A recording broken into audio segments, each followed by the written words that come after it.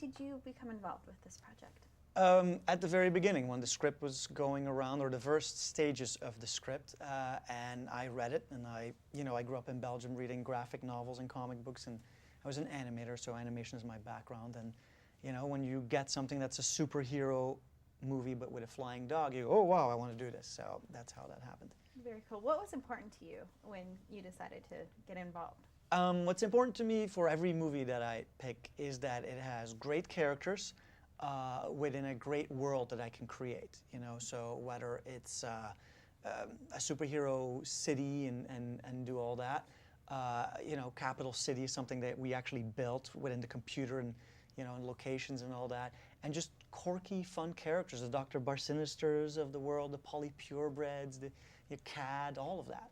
What is it about this type of genre where you just have all these supernatural elements, but it's fun and kind of has cartoony elements, but it's not? What is it?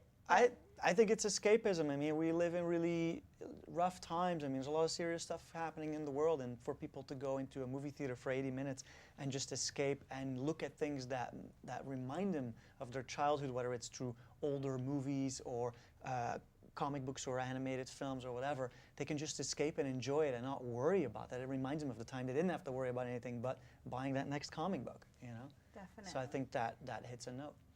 Now, how do you approach directing voice talent and then approaching live action? I mean, there has to be different. Well, I do it pretty much the same way. It's without the hair and makeup, of course, for the person doing it, but it's the same way. Meaning, you rehearse, you go through the scenes, you set up the scene, you get other actors in there.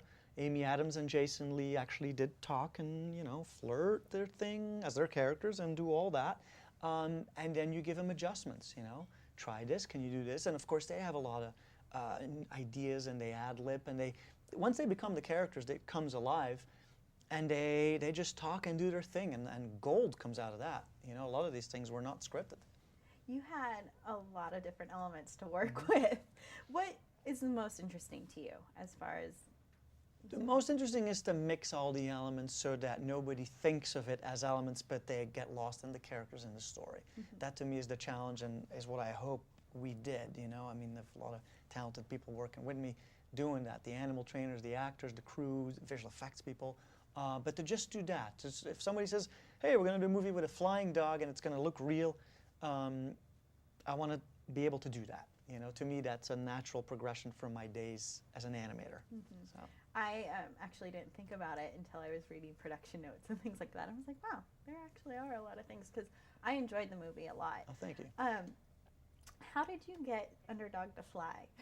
How did we get Underdog to fly? Yes. Well, Leo, the main dog, was actually trained to sit on a big mechanical arm and do all the flying, and then with visual effects we would take the arm out. We have that, but most of the time it's a digital copy of Leo.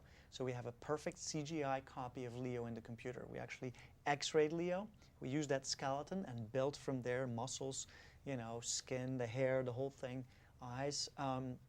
And so we have a digital copy with a copy of his clothes and all that, and we can, of course, make his mouth move to talk and fly and do all the amazing things he does in the movie.